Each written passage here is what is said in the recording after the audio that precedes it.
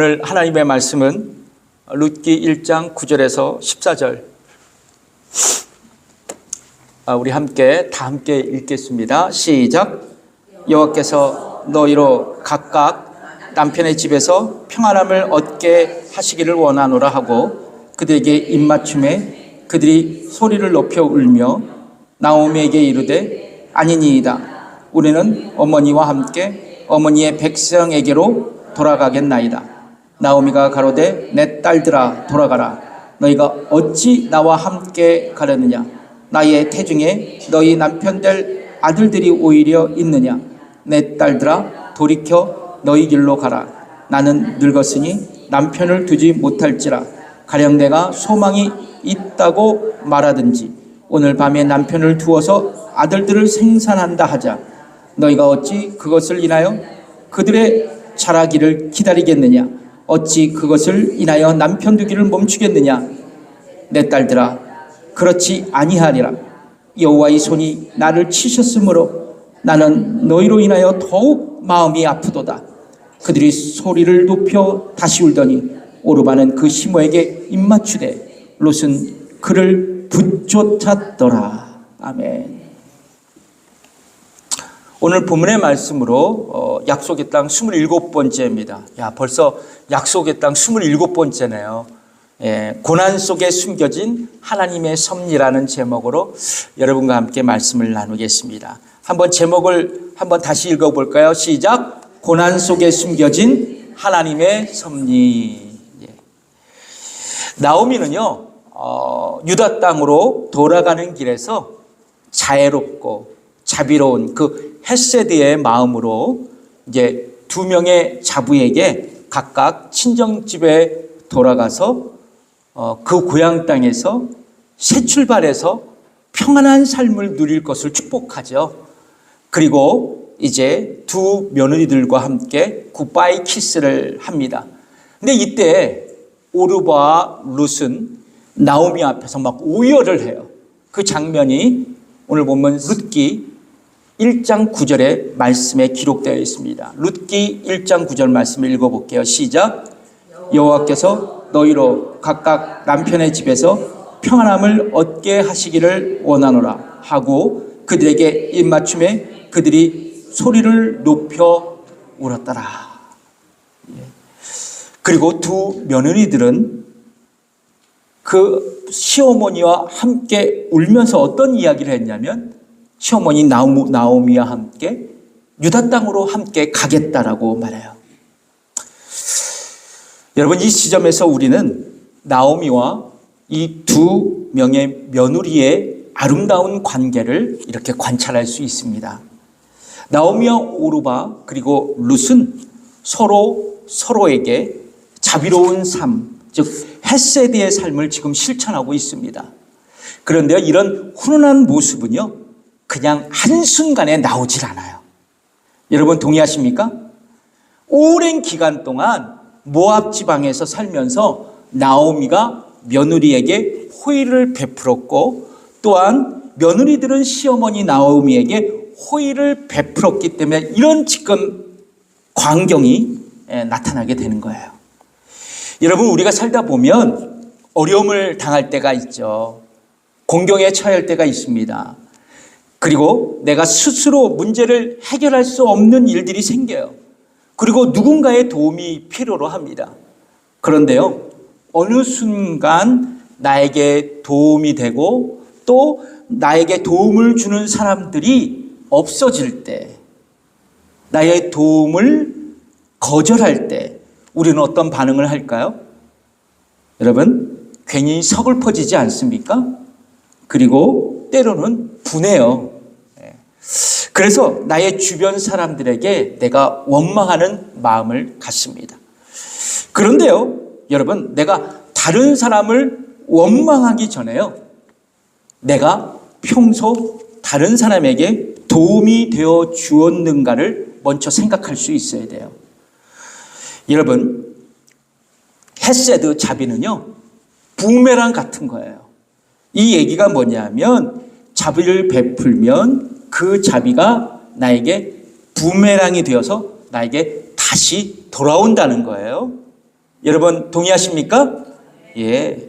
그래서 여러분, 내가 평소에 남에게 도움을 주고 자비를 베풀면 나에게 다시 그 자비와 도움이 돌아오게 되는 거예요. 그 복이 돌아오게 되는 겁니다. 복을 베풀면 복이 돌아온다는 거예요. 지금 나오미, 오르바, 룻도 이런 아름다운 관계 속에서 지금 살아가고 있는 것입니다. 참으로 아름다운 모습이에요.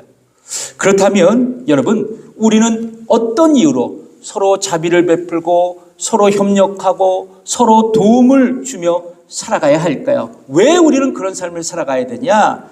그것은 바로 저와 여러분이 하나님의 형상으로 창조되었기 때문에 그래요. 여러분, 창세기 1장 26절의 말씀을 한번 읽어볼까요? 시작. 하나님이 가라사대 우리의 형상을 따라 우리의 모양대로 우리가 사람을 만들고 그로 바다의 고기와 공중의 새와 육축과 온 땅과 땅에 기는 모든 것을 다스리게 하자 하시고. 여러분, 이건 너무 우리가 잘 아는 말씀이잖아요. 근데 이 말씀에 굉장한 은혜가 있어요. 여러분, 하나님은 인간을요 당신의 형상대로 창조하셨습니다. 이 말씀의 의미는 뭐냐면 인간의 삶을 통해 하나님을 반영할 수 있다는 거예요. 보여줄 수 있다는 것입니다. 그러니까 하나님의 형상으로 창조된 인간은 세상에 살아가면서 하나님을 나타내 보이며 살아가야 할 그러한 거룩한 사명이 있다는 거예요. 여러분, 하나님은 우주 만물을 창조하실 때요 말씀으로 지으셨어요.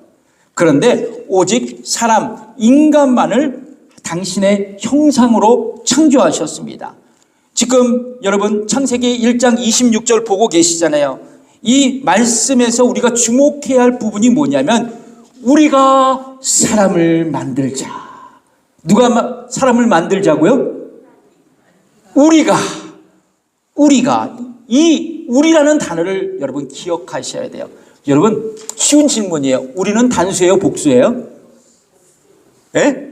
복수죠. 하나님은 단수예요. 자, 삼위일체 하나님을 의미해요. 우리는 삼위일체 하나님을 의미합니다. 즉 하나님, 예수님, 성령님 이 삼위의 하나님께서 서로 협력하시고 도우시면서 누구를 만드셨다? 저와 여러분을 만드셨다는 거예요. 인간을 만드셨다는 것입니다. 성도 여러분, 우리가 구원받은 것은 예수님의 십자가의 공로예요. 맞습니까? 그 십자가로 우리는 구원을 받았어요. 근데 더 정확한 신학적인 표현은 뭐냐면 하나님께서 창세전 구원을 계획하셨고 예수님께서 십자가 위에서 그 구원을 성취하셨으며 성령님께서 그 구원을 적용하셨기 때문에 우리가 구원받은 거예요. 즉 삼위일체 하나님께서 저와 여러분을 구원해 주셨다는 겁니다. 마찬가지예요. 인간을 만드실 때도요 삼위일체 하나님은 서로 교제하시면서 서로 협력하시면서 서로 도우시면서 우리가 인간을 만드셨다는 거예요. 아멘이십니까?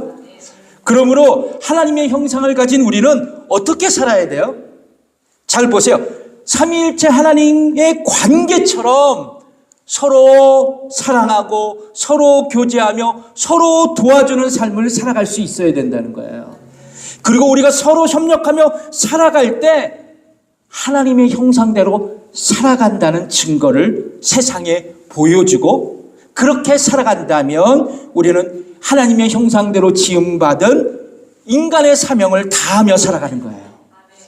그래서 여러분, 우리가 서로 사랑하고 서로 도와주고 서로 협력할 때 우리를 통해서 누가 보여진다고요? 하나님이요. 하나님의 형상이 보여진다는 겁니다. 근데 여러분 문제가 있어요. 여러분 우리가 서로 헤세드를 실천하고 자비를 베풀고 그리고 서로 사랑하고 그런 삶이 좋잖아요. 그렇죠?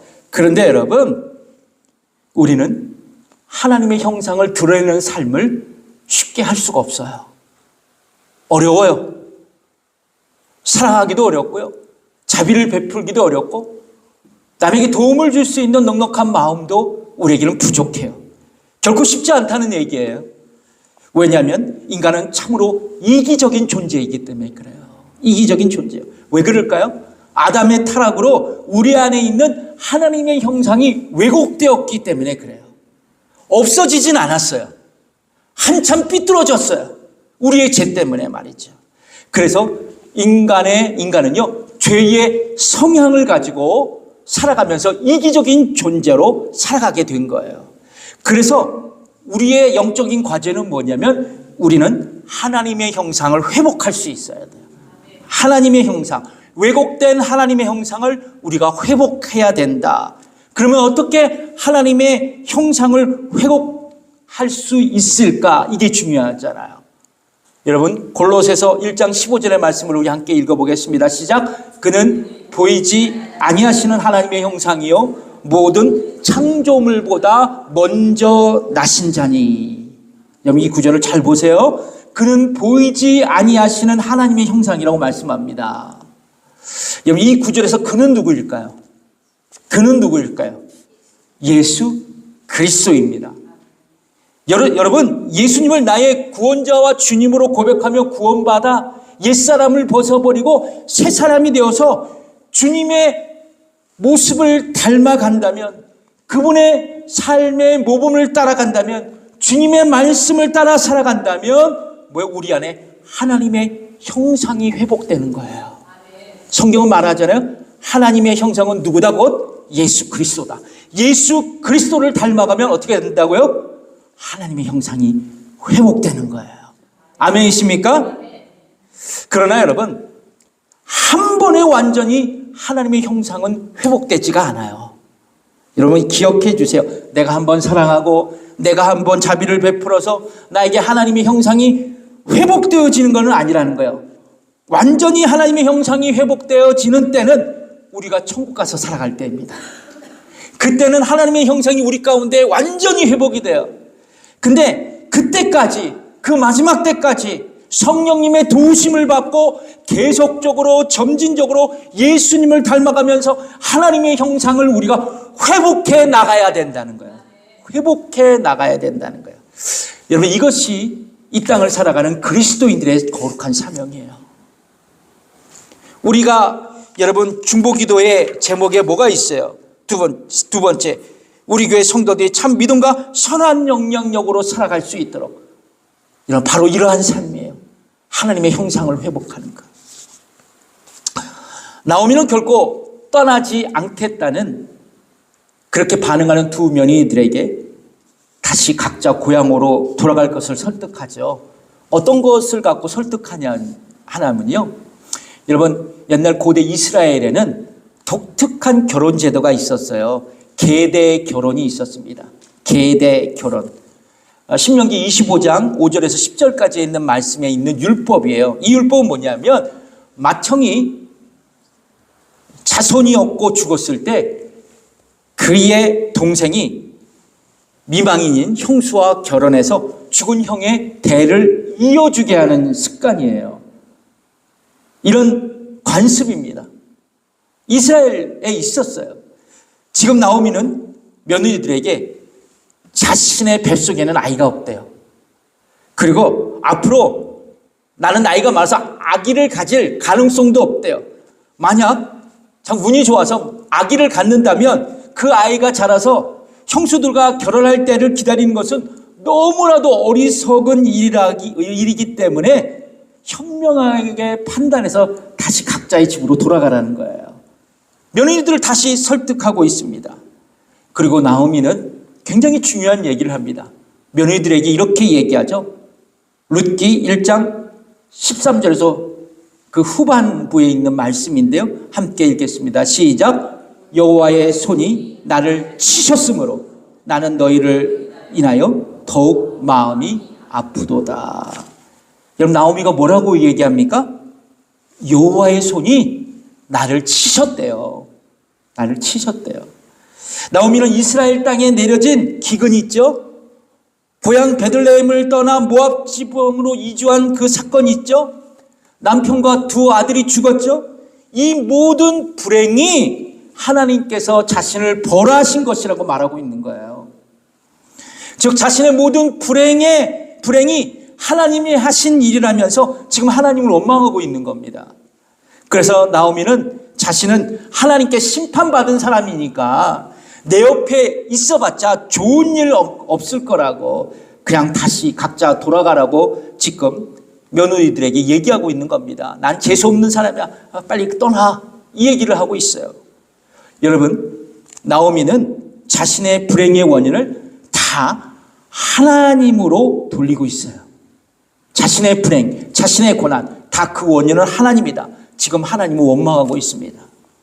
여러분, 이 지점에서 우리는 아주 중요한 교훈을 발견해요. 여러분, 꼭 이 메시지를 잘 듣고 마음에 품고 돌아가세요.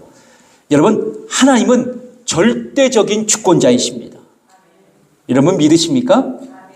그래서 모든 일을 행하실 수 있어요. 시편 115편 3절에 이 말씀이 있거든요. 같이 읽어보겠습니다. 시작. 오직 우리 하나님은 하늘에 계셔서 원하시는 모든 것을 행하셨나이다. 행하실 수 있어요. 근데 여러분, 하나님은 당신의 주권적인 의지로 모든 것을 행하실 수 있으니까 우주 만물을 창조하셨고 그 이 우주 만물을 섭리하고 계세요. 자, 그런데 여러분, 이 말을 들으면 이런 결론이 나옵니다. 하나님은 이 땅에서 일어나는 모든 일의 원인이 되십니다. 그래서 축복도 고난도 하나님의 섭리 가운데 있습니다. 이 얘기를 해요. 그럼 이 말을 들으면 우리는 깊은 신앙의 딜레마에 빠질 수가 있어요. 여러분, 고난의 문제가 그래요. 내가 지금 당하는 고난의 원인이 하나님이시라는 거예요. 그렇게 생각할 수 있잖아요. 이런 의문을 품게 되면 하나님은 결코 선하신 분이 아니시라고 생각합니다. 이렇게 어떻게 선하신 하나님께서 나에게 고난을 허용하실까? 어려움을 주실까? 이런 얘기를 해요. 이런 생각을 합니다. 또 우주 만물을 섭리하고 주관하시는 하나님께서 나에게 다가오는 고난쯤 막아주시지 않는다면 하나님은 전능한 하나님이 아니라 무능한 하나님이다. 그렇게 생각할 수 있다라는 거죠. 여러분, 결론적으로 말씀드리지만 하나님은 고난의 원인이 되시지 않습니다. 고난의 원인이 되지 않아요. 악의 원인이 되지 않는다는 거예요. 성경 어디에서도 하나님께서 직접 악을 행하셨다, 고난을 우리에게 주셨다라고 말씀한 적은 없습니다. 여러분, 창세기 3장에 보면요, 한번 생각해 보세요. 하나님께서 먹지 말라는 선악과를 아담과 하와가 먹었잖아요. 하나님께 불순종해서 그들은 타락한 인생을 살아가게 됐어요. 그들에게 찾아온 그 타락의 결과는 뭐예요? 그들에게 찾아온 고난은 뭡니까? 수치심이에요. 질병입니다. 죽음이에요. 그렇습니다. 성경은 우리의 삶에 나타나는 다양한 고난의 원인이 바로 인간의 타락 때문이었다라고 말씀하고 있습니다. 여기까지 이해가 가십니까? 제가 쉽게 얘기하고 있는 거예요. 자, 또한 타락한 인간의 삶은 도덕적인 타락의 삶으로 발전해요. 그래서 여러분, 생긴 결과가 뭐예요? 사기치고, 살인하고, 전쟁하고, 인종차별하고, 동성애하고, 이런 악들이, 불행들이 우리 가운데 생겨난 거예요. 그러므로 우리의 삶에 마주하는 대부분의 고난은, 악은 다 우리의 잘못이에요. 하나님의 잘못이 아니라니까요. 자유의지를 갖고 저지른 나의 죄 때문에 이런 고난과 악이 발생하는 거예요. 자, 여러분, 자연재해 생각해 보실까요? 여러분, 자연재해로 사람들이 많이 죽잖아요. 여러분, 요즘 캘리포니아 주에 비가 많이 왔죠. 그래서 피해가 컸어요. 또 여러분, 근래에 레이크 타워에서 큰 눈사태가 일어나서 여러 명의 젊은이들이 죽지 않았습니까? 또 여름이 되면 뭐가 있어요? 산불이 나서 사람이 죽고 어마어마한 재산 피해가 납니다. 그리고 여기는 괜찮지만 미국 남동부에 가면 허리케인으로 사람들이 많이 죽어요. 이런 모든 자연재해의 원인이 하나님이라고 믿는 분들이 적지 않아요. 여러분, 그런데요, 창세기 3장에 보시면 아담과 하와가 타락한 이후 찾아오는 결과가 하나가 또 있더라고요. 어떤 말씀이냐? 창세기 3장 18장 상반절에 있는 말씀인데요. 함께 읽어보겠습니다. 시작. 땅이 내게 가시덤불과 엉겅퀴를 낼 것이라. 그러니까 그전에는 없었는데 인간이 타락하고 난 다음에 이 땅에 뭐예요? 가시덤불과 엉겅퀴가 생겼다고 말씀하고 있습니다. 즉 인간의 타락으로요 자연세계에 악한 영향을 미쳤다는 거예요. 악한 영향을 받았다는 겁니다. 그래서 이 땅에 자연재해가 일어나는 거예요. 근데 더불어서 생각해 보세요. 타락한 인간이요 자연세계를 막 악용해요. 남용합니다. 여러분, 그래서 자연재해들이 이곳저곳에서 지금 발생하고 있어요. 예를 들면 지구온난화죠. 왜 지구온난화가 발생해요? 인간들이요 화석연료로 막 쓰기 때문에 그래요. 그러니까 지구의 온도가 올라가서 지구온난화가 가속돼서 진짜 세계 각처에서 이상기온이 발생하고 그렇게 자연재해가 일어나는 거예요. 그래서 여러분, 우리의 일상의 고난 그리고 자연적인 재해의 원인 다 인간의 타락이에요. 인간의 죄 때문입니다. 그래서 여러분, 우리가 생각해야 될 것이 있어요. 나에게 고난이 오고 불행이 다가와도 하나님이 원인이시다라고 생각하면 안 돼요. 하나님을 원망하지 마시라는 거예요. 이웃에게 불행의 원인을 돌리지 말라는 겁니다. 왜요? 그 고난이 오면, 어려움이 오면 나를 돌아봐야 돼요. 나를 돌아보는 선한 지혜가 우리 가운데 있어야 돼요.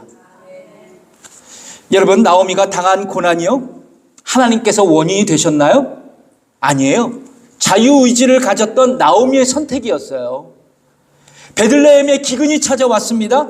그런데 그녀는 남편과 함께 모압 지방으로 이주할 것을 선택했어요. 여러분, 남편 이름이 뭐죠? 엘리멜렉이죠. 엘리멜렉은 하나님은 나의 하나님이시다, 나의 왕이시다라는 이름의 뜻을 갖고 있어요. 그러면 엘리멜렉의 가족, 나오미의 가정은 하나님을 바라보며 예배하며 섬기는 가정으로 살아가야 했어요. 그런데 그녀의 가정은 하나님을 예배하는 그 베들레헴 땅이 아니라 이방신을 예배하는 모압 땅으로 그의 가족이 갔다는 거예요. 그리고 그 땅에서 남편이 떠났고 두 아들이 죽었다는 것입니다. 그래서 나오미가 두 며느리들에게 뭐라고 얘기하는지 아세요? 하나님의 손이 나를 치셨다라고 말씀합니다. 그런데 여러분, 하나님은요 우리가 당하는 고난의 원인은 아니세요. 그런데 고난을 우리에게 허용하시는 분이라는 것을 기억하시기 바랍니다. 원인은 아니지만 고난을 허용하신다는 거예요. 여러분, 욥기 1장에 보시면 욥의 자녀들이요 큰형집에서 파티를 하고 있잖아요. 근데 그때 욥에게 들려오는 소식이 있었어요. 스바 사람과 갈대아 사람들이 쳐들어와서 종들을 죽이고 재산에 막대한 피해를 입혔다는 겁니다. 또 어떤 소식을 듣냐면 하나님의 불이 떨어져서 종들도 죽고 양떼들도 죽었다는 거예요. 그리고 여기서 욥의 고난은 끝나지 않습니다. 파티하고 있었던 큰형 집에 스톰이 들이닥쳐서 집의 기둥들이 무너져서 욥의 자녀들이 다 죽었다는 거예요. 여러분, 욥에게 재산 피해를 입히고 자녀들을 죽음으로 몰아놓은 원인은 뭐예요? 스바 사람이고 갈대아 사람이고 자연재해예요. 스톰입니다. 그리고 그 배후에는 사단이 있었어요. 여러분, 이것들이 원인이었습니다. 그런데 하나님은 악의 원인은 아니시지만 그 고난을 욥에게 허용하셨다는 거예요.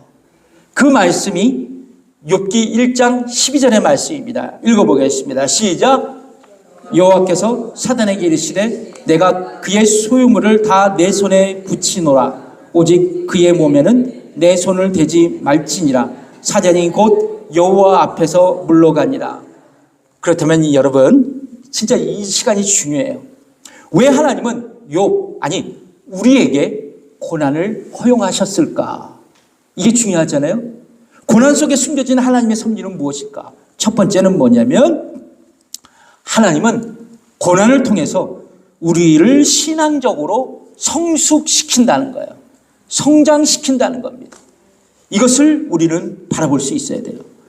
조금 전 욥의 고난을 말씀드렸습니다. 하나님은요, 왜 욥에게 고난을 허용하셨을까요? 욥의 고백을 들어보면 우리가 알 수 있어요.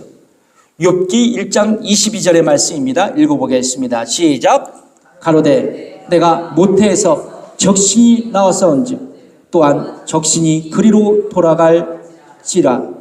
주신 자도 여호와시오 취하신 자도 여호와시오니 여호와의 이름이 찬송을 받으실지니라 하고.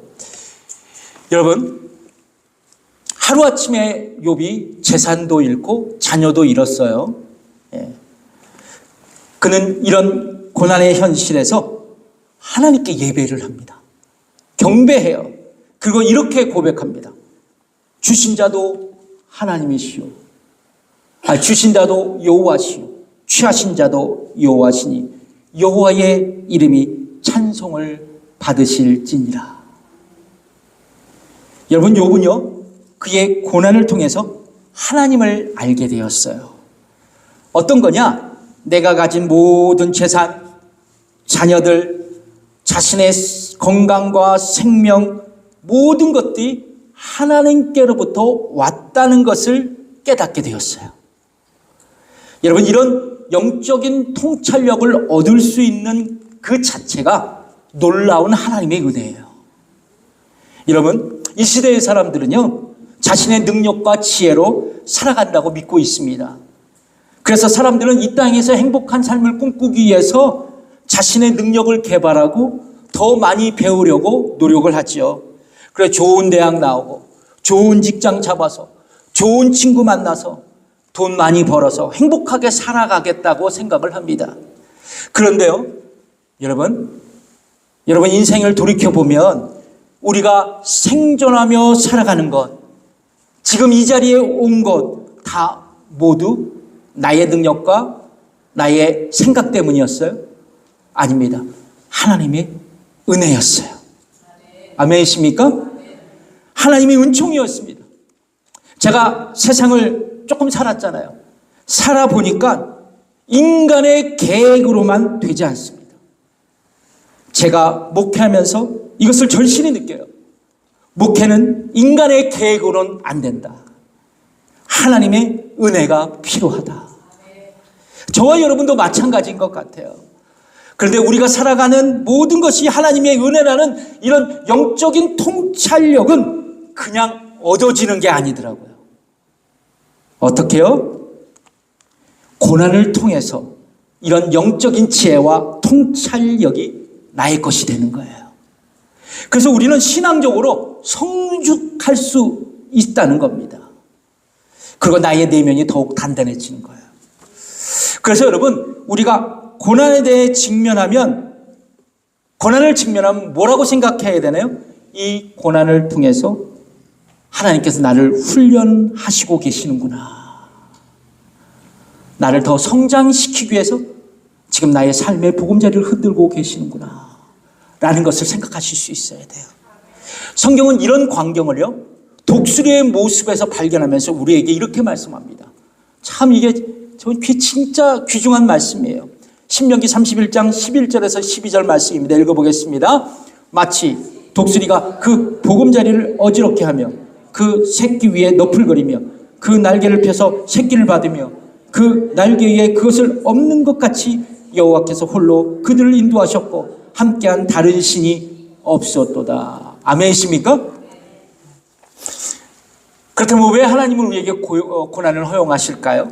고난 속에 숨겨진 하나님의 섭리는 무엇일까요? 두 번째, 하나님은 고난을 통해서 우리를 돌이키게 하세요. 우리를 성장시키시지만 우리를 돌이키게 하시는 거예요. 여러분, 요나를 기억하시죠? 요나는 하나님의 선교 명령을 받고 니느웨이로 가야 했어요. 그러나 그는 배를 타고 다시스로 도망했습니다.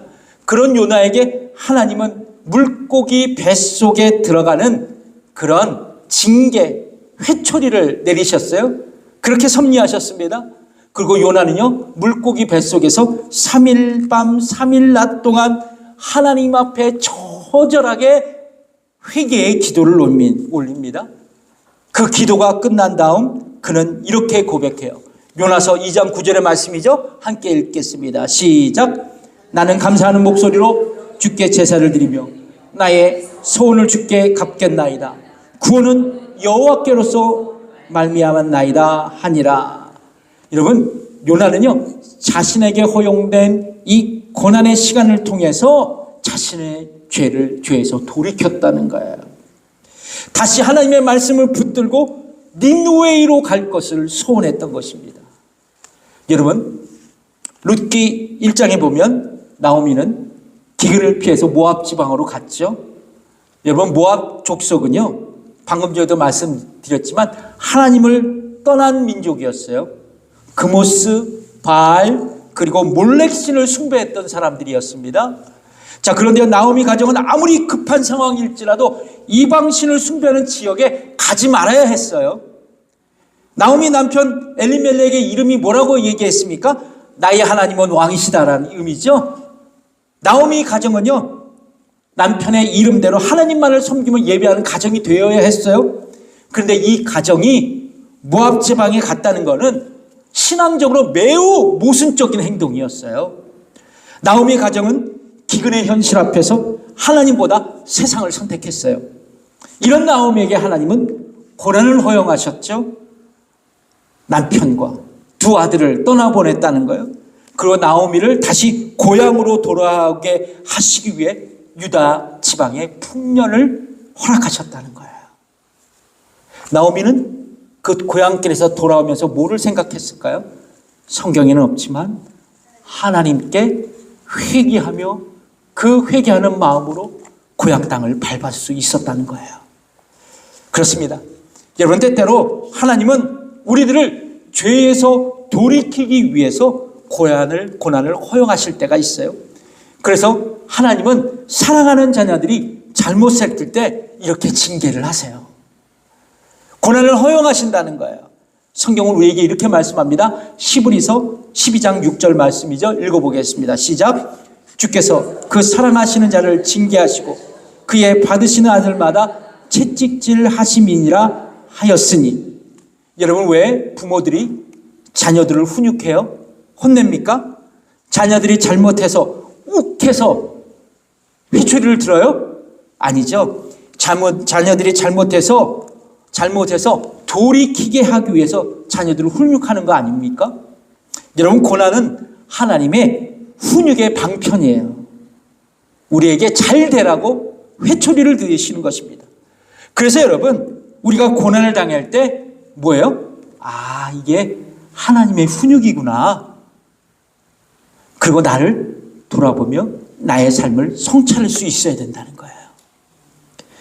왜 하나님은 우리에게 고난을 허용하실까요? 고난 속에 숨겨진 하나님의 섭리가 무엇일까요? 마지막이에요. 하나님은 고난을 통해서 당신의 선하신 목적을 이루시는 분이에요. 성도 여러분, 하나님은 고난의 원인이 되지 않으세요. 고난의 원인은 저와 여러분입니다. 그런데 하나님은 그 고난을 선용하세요. 즉, 우리에게 찾아온 고난을 하나님은 선용하셔서 우리에게 축복해 주신다는 거죠. 여러분, 요셉은요, 형제들의 시기와 미움을 받았어요. 자, 그리고 요셉의 형제들이 그를 구덩이에 집어넣고 애굽의 노예로 팔았습니다. 요셉의 고난은 이렇게 시작된 거예요. 그런데 하나님은 요셉의 형제들이 저질러 놓은 악 어떻게 사용하셨어요? 요셉이 당한 고난 어떻게 선용하셨습니까? 요셉의 고백을 한번 읽어보겠습니다. 창세기 50장 20절 말씀 시작. 당신들은 나를 해하려 하였으나 하나님은 그것을 선으로 바꾸사 오늘과 같이 만민의 생명을 구원하게 하시려 하셨나니. 하나님은요, 요셉의 형제들이 저질러 온 악, 요셉이 당한 그 고난을 선용하셔서 야곱의 식구들을 기근과 굶주림에서 그 고통에서 구원하셨던 거예요. 그래서 하나님은 선하신 하나님이세요. 나에게 다가온 악과 고난을 선용하셔서 나에게 축복의 현실로 만들어주시는 선하신 하나님. 그래서 여러분, 고난이 나에게 오면 여러분 이 말씀을 꼭 기억하셨으면 좋겠어요. 로마서 8장 28절의 말씀이 우리가 알거니와 하나님을 사랑하는 자 곧 그 뜻대로 부르심을 입은 자에게는 모든 것이 협력하여 선을 이루느니라. 아멘이십니까? 선하신 하나님은 우리의 고난을 선용하셔서 우리에게 축복으로 주신다는 것입니다. 그러므로 여러분, 고난에 어쩔 줄 모르게 힘들어하고 떨지 마세요. 어찌 보면 여러분, 고난은 검은 보자기에 싼 하나님의 축복일 수 있습니다. 여러분 믿으십니까?